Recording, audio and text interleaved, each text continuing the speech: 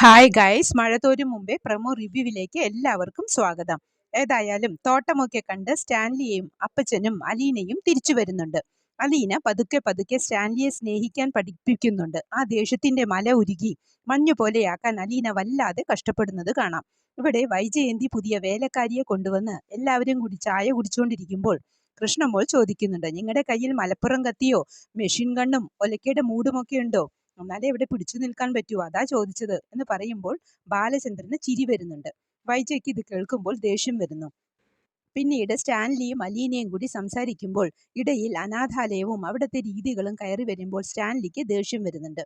ഞാൻ പറഞ്ഞിട്ടില്ലേ അത് എപ്പോഴും ഇങ്ങനെ പറയണ്ട എന്ന് സ്റ്റാൻലി ചോദിക്കുമ്പോൾ, ഞാൻ അവിടെ നിന്നല്ലേ വന്നത് പപ്പ, എന്നാൽ പിന്നെ എന്നെ അവിടെ തന്നെ തിരിച്ചു കൊണ്ടാക്കിക്കോളൂ എന്ന് പറയുന്നുണ്ട് അലീന.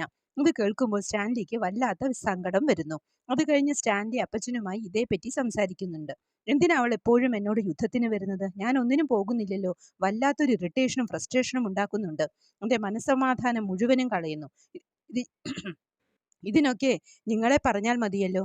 നിങ്ങളല്ലേ അവളെ അനാഥാലയത്തിൽ കൊണ്ടാക്കിയത്. പണ്ടത്തെ കാര്യങ്ങളൊക്കെ ഇപ്പോൾ അപ്പച്ചനോട് പറയാൻ നിന്നാൽ കൊള്ളുകയും പൊള്ളുകയും ഒക്കെ ചെയ്യും എന്ന് സ്റ്റാൻലി പറയുമ്പോൾ അപ്പച്ചൻ തലയും താത്തി കുമ്പിട്ടിരിക്കുന്നുണ്ട്.